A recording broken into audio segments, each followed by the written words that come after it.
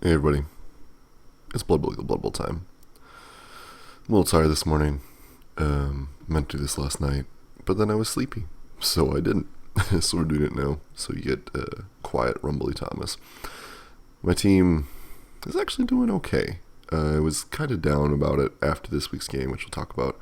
And one of the frustrations that I've been I was reading about going into this season and just thinking about with High Elves in general is that they, much like any other well-statted team, if they don't take off, they're not going to take off, is sort of the problem. And because they lack really good skills right at the gate, aside from the thrower, it's hard to get momentum going, essentially, if things don't go extremely well for you. So, that said, while I am kind of unhappy with my catchers not leveling up, things are going okay. I picked up another lineman. I think, was it Indo Pilsner Club? No, something the stoutest leveled up, I think. Ate an MVP too, if I'm not mistaken. Yep, a second MVP, did a pass. It was great. So yeah, something stoutest leveled up. Shock of shocks, think roll doubles, got dodge. So this leaves me actually with a pretty good number of dodge linemen, 3 total actually, and the number of non-dodge linemen I have to 0, or to 2, not 0. If I want to put all dodge people on the line, I can, which is kind of a nice option. Also means I am back to 11 players for the first time in 6 weeks. So yeah, that's exciting. Didn't lose any fighting factor because at 2 you can't go below that. But didn't really do a lot more than that. Still have similar objectives that I did before. Keep leveling people up. Get these linemen up as fast as possible. But the catchers are now primary focus. I'm probably going to hold off hiring new catchers until I get these 2 up to like level 2 or 3. That's not true necessarily. I might hire more than that. But I for sure want to get these catchers to level 2 before I get too much in there. They need to have dodge so they can do more stuff, basically. But yeah, not a lot of changes beyond the dodge show this week. Is what it is. Well, let's take a look at the game. Played against Mark, and it went okay. 40k, it's not the best. It's one of those things where I was doing really well for the first, 5 turns, and then Mark started to break my armor, which was a little unfortunate. Didn't do too much, KO'd me a lot. It's more, I guess I should say the ground started breaking my armor, because while Mark injured me once, and he stepped on me once and badly hurt my guy, didn't really end up doing a lot. Failed a bunch of dodges, though, and that sucked. At one point, the thrower did roll dead, but luckily APO'd to a badly hurt, which... Whew. So while I sustained a lot of injuries, they weren't very permanent. They were KOs that didn't get back up because they were tired, and they were badly hurt, so all things considered, not so bad. But the SVP wasn't great. Only got 6 this week. I mean, Mark walked away with 10, so not a lot more for him necessarily, but it could have been better, basically.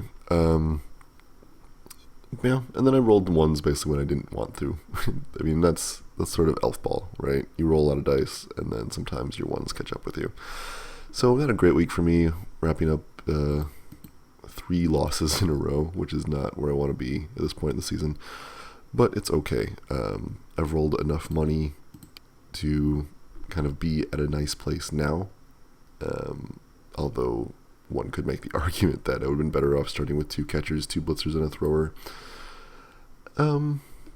It's okay. And 2 rerolls is how you do that. But I don't know. I feel like I've needed all my rerolls, so we'll call it okay for now. And the team is developing okay. I just need to develop better, basically. Dodge continues to not do a ton for me in terms of everything else. Doesn't help that people are picking up tackle now either, but we will see. Let's take a look at Mark's side of things. Mark walking away with 80k again, because Mark can't roll below 60 this season, which is insane. Level ups, though.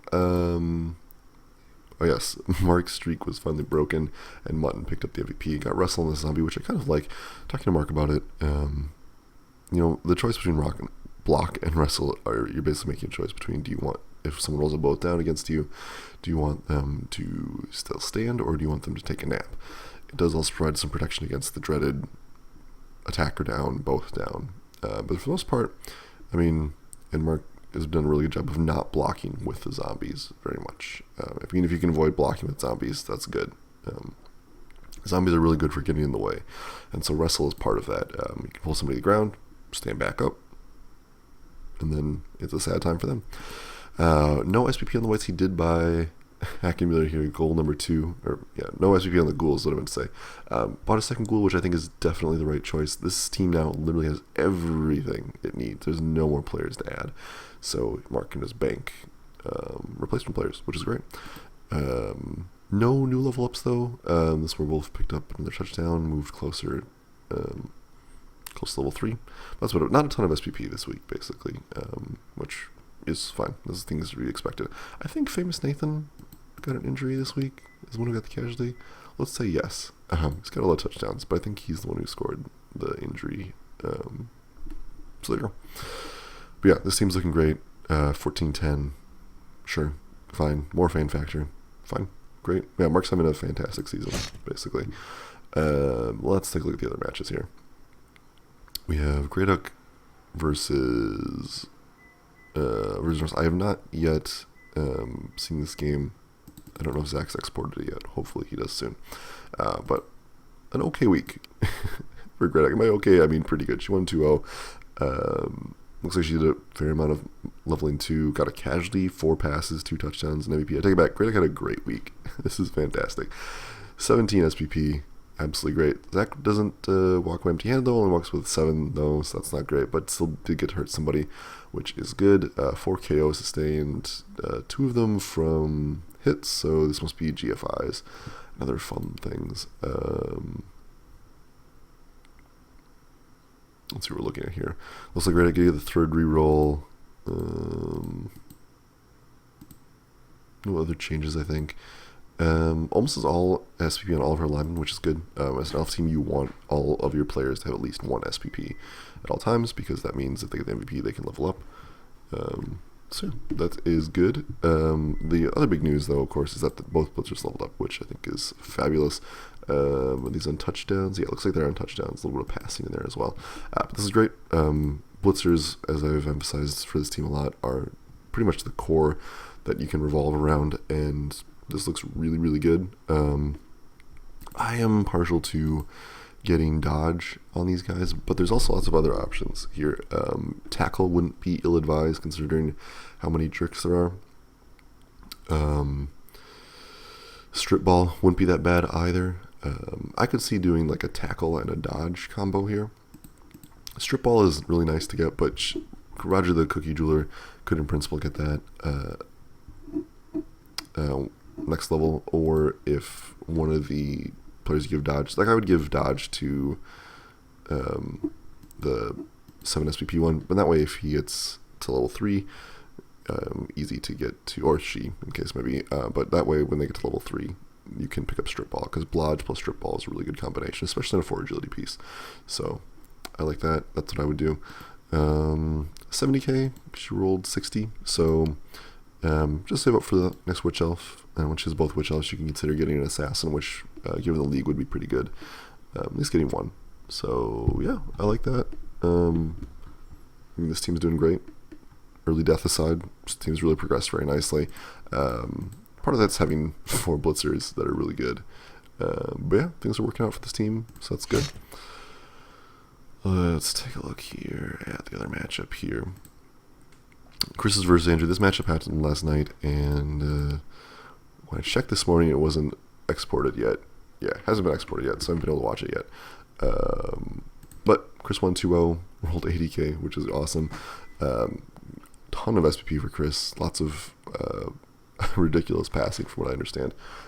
So 2 passes, an MVP, 2 touchdowns, 3 casualties. That's 6, 12, 17, 19 SPP. It's a lot. Chris did good. Andrew had a less good week, only getting the MVP. Not so great. Looks like we had a failed dodge here as well. Failed dodge or DFI for both, resulting in a KO, which is never fun. Not sure what Andrew got with his inducement, but I don't know. I think it's just Orc team having more skills probably at this point was the biggest factor. And that's always something that the real team has to worry about this early on. Lobs though, nothing new. This Black Orc is really close to Stingray's Outrage as well. Second MVP went to the Ogrim here, so yeah, this one injury away from level 3, which is awesome. Same for Maim here. Maim doing it on the back of a touchdown though, which is hilarious. Stingray is very salty this morning for some reason. Oh yeah, Gromash got a throw here. Chris was telling me that. I know a little bit, I guess. Garrosh at 6 as well. I think this is also from a throw. Yes, it was. Exciting. Dodge. Oh, right. This one rolled doubles guard here. I would probably get tackle on this blitzer, assuming he rolls normal. Could get mighty blow. Could get guard. I mean, more guard. Never bad. If you get guard on more blitzers, it lets you more reasonably get mighty blow on your black orcs. So things to consider there. Troll. Just doing troll things. A touchdown or 2 injuries or an MVP away from level 3, which is this team is actually poised to get a lot of level ups. Let's take a look at the players within 1 MVP. 1, 2, 3, 4, 5 players within MVP range of a lineup. That's pretty good.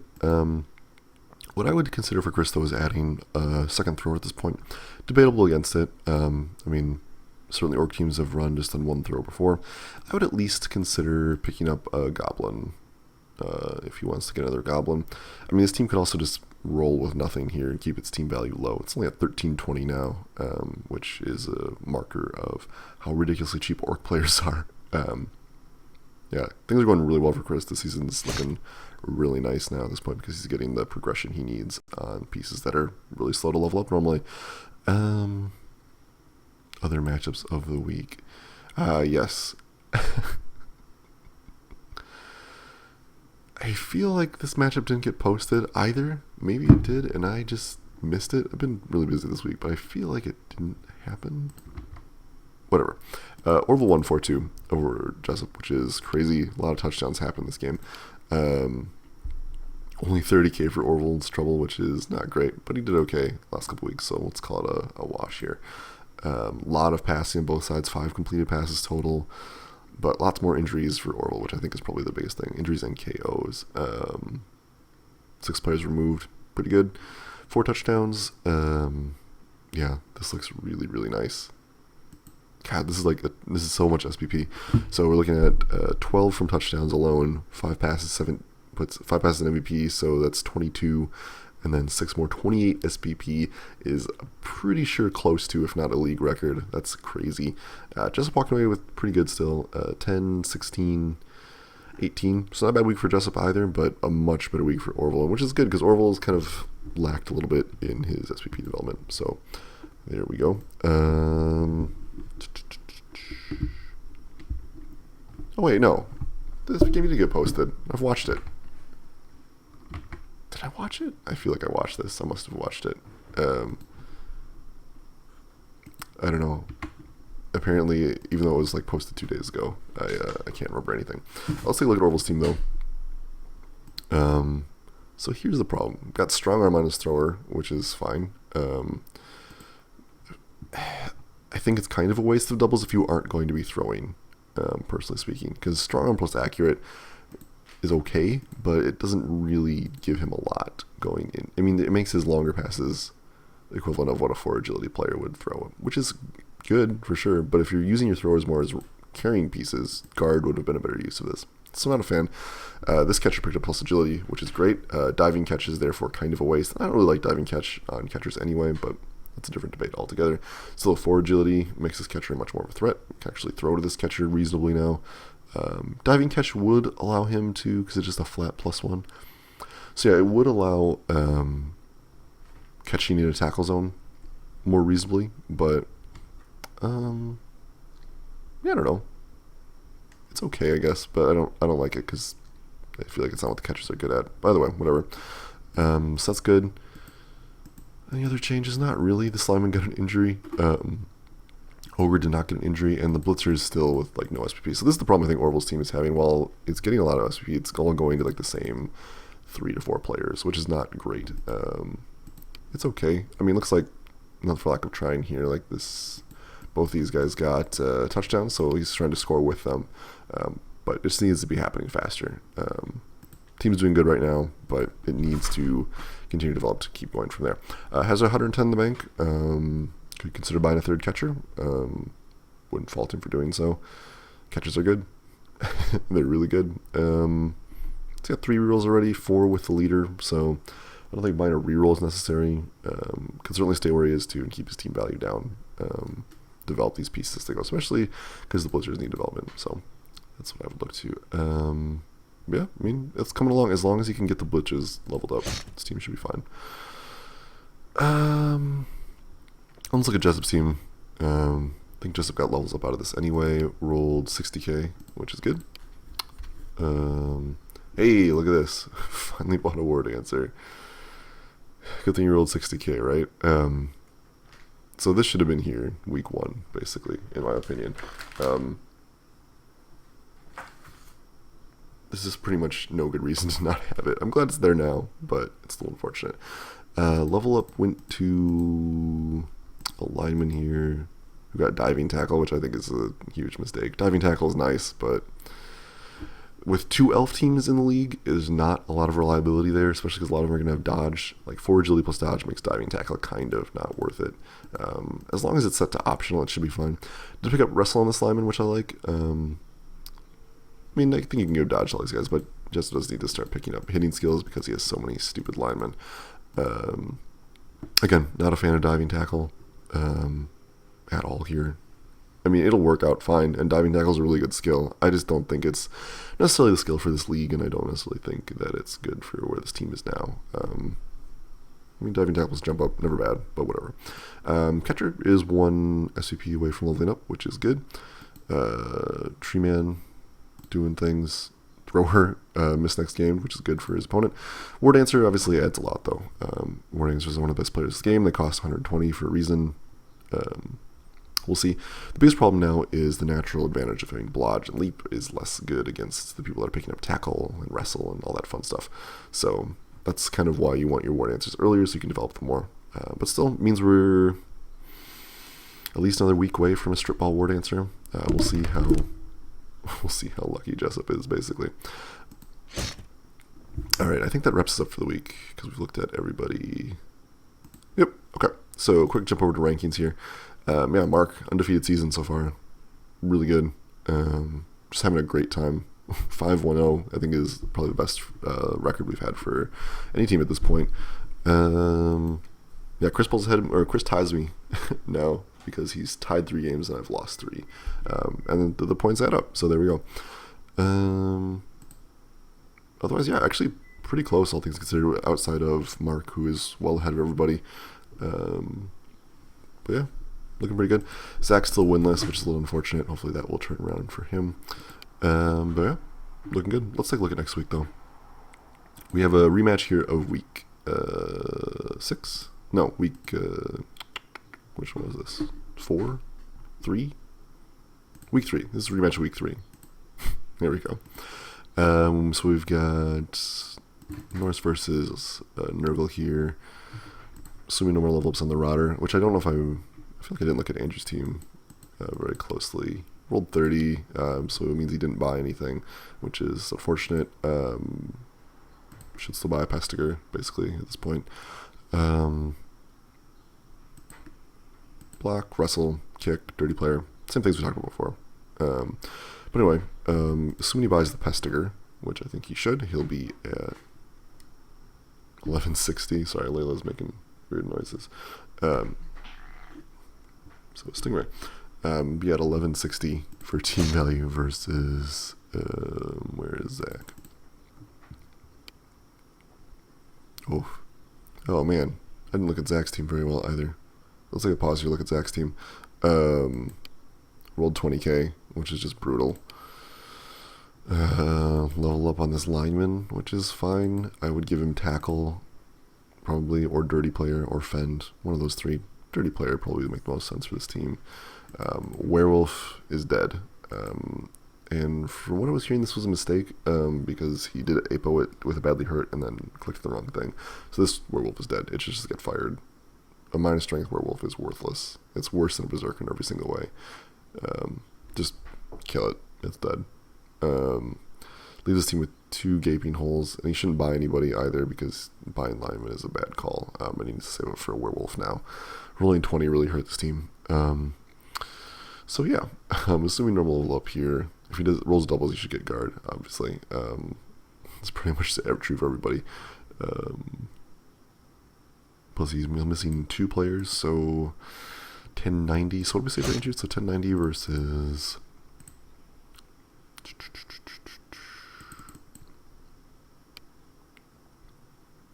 Okay, 1090 versus 1180. So only 90, 10k off of anything decent. That's just a babe. Last time these teams fought, it was reasonably close. 0-0 tie. In fact, I'm going to give this one to Andrew this week. He's stronger at this point in a lot of ways. The block preparation certainly is good, but I don't like... that's too far. I really don't like Zach's chances here. Just kidding. If he was getting like an apothecary or another reroll, maybe, but only getting 90 means I think this still tilts towards Andrew. We've got our elf matchups out of the way now with this week. We got Wood Elves versus Dark Elves. If Greta gets tackle, I think this changes things a lot. And actually, she could get 2 tackle pieces here, and that would probably be fine. We'll see here. Swarming normal level ups, no player purchases, 11 players for once, just like me. 1310 versus Jessup has more than that, I believe, at this point, especially with War Dancer. 1410, so it's flat 100k.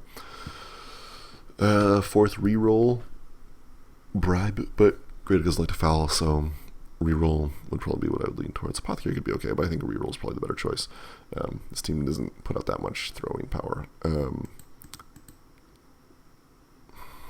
a lot of dodge here, and the guard is really annoying. So we'll see. Last time they played 1-1 tie. It's going to be a question of how much does the War Dancer add versus how much does the Witch Elf add. So it kind of depends on what skills Greta takes. If she has tackle, this will be a little bit easier. Not having the thrower actually does hinder just a little bit. I'm going to lean towards...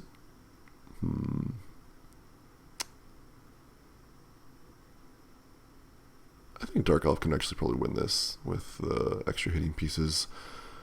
I don't know how well Jessup has practiced with the War Dancer either, so that could be a factor as well. But we'll say Dark Elves will win this one. I think having the likely 4th reroll probably helps. We've got Mark's Revenge matchup against Chris here. This is going to be actually pretty interesting because both these teams hit pretty hard. 1410 versus, I think it's like 1300 or something ridiculously low. Where is Chris? Here we are. Yeah, 1320. So just 90 for Chris, actually. So just a babe. Could I or a goblin still get the same thing, actually? Not that orcs are very easy to KO anyway, but I don't know. I think Mark is in trouble here because this team is still so much stronger than him. Last time they played, he did win. I don't know, it was a tie game. We'll see. I mean, last time they played, one of the reasons why it went off the rails is regeneration failed over and over and over again. It kind of depends on how well Mark is able to tie people up with zombies and stuff. I think having the ghouls will help a lot as well. It makes this team a lot faster. Frees up the werewolves to do more blitzing because you can run away with the ghouls more. I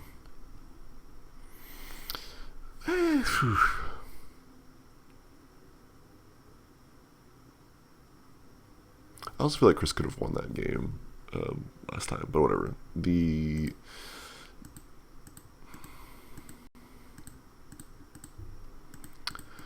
Mark does actually have more guard technically, but that doesn't really solve his strength problems. Basically, it's going to come down to, can the flesh golems and zombies tie up the core hitting strengths of the team enough for the werewolves and ghouls and wights to kind of run around and make things happy? Maybe is the answer. I'm going to lean towards tie here. I don't know if Mark can win outright, and I don't think Chris can win outright either. I'd like a 1-1 tie, but I think a tie is likely.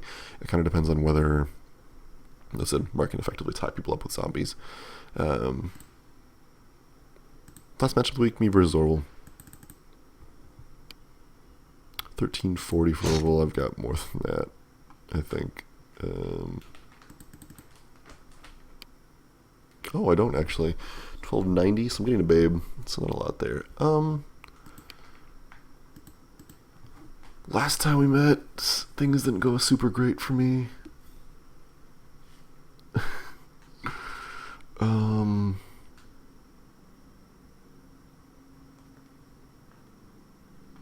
Still one. Should have been a tie, realistically, though. We'll see, I guess. I have a lot more tools than I used to. Kind of depends on stuff like weather, which is still annoying.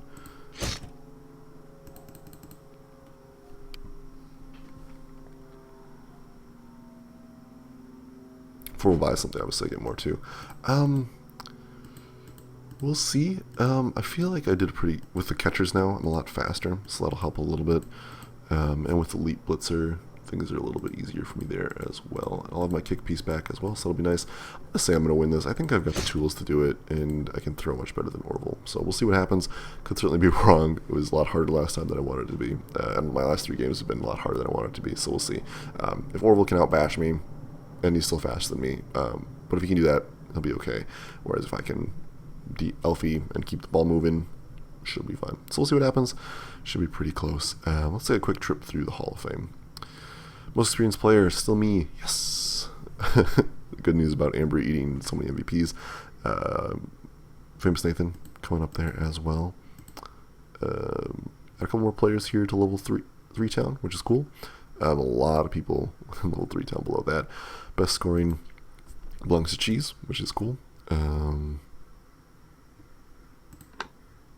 Best thrower, yes. One ahead of Dog, and I'll stay ahead because I think Dog is out this week. Still no interceptions. I was really hoping it'd be this week, but next week looks pretty good too. Some elf on elf stuff, human versus high elf. There's potential there. Most violent players still troll. Lots of orc players on this list. 1, 2, 3, 4 orc players. 2 necro players, 2 high elf players for reasons, I guess. But only 2. I'm tied with a bunch of people here, so I don't know. It's weird. Best running Thrall, carrying the ball to victory here. Yeah, looking pretty good. 206. That's barring like lots of disruption. Thrall will probably be our leader for a while here. Best throwing, still me by a ways. We're trying to catch up, but I got the distance now. Best killer. So we didn't have any last week, which was kind of a surprise. So we're now rightly back to 1 a week after our 3 in 1 week thing. So there we go. Best receiving, Cheese, edging everybody out by 6. We've got catcher, a human catcher actually with 5 catches. Pretty good. And then Thrall having 3 is pretty great. I like that. Yeah, pretty good, all things considered. Really good. I'm not surprised this is as competitive as it is. I thought this was going to be very elf-slided, but it isn't. So yeah, quick recap of who I think will win. I think that Andrew will win. I think that Grey Duck will win. I think that this will be a tie game, and I think that I will win. So there you go. I've been totally wrong all season, though, so who knows. God, my prediction records have just plummeted into the dirt. It's very frustrating. All right, thanks for watching, everybody. I'll talk to you later.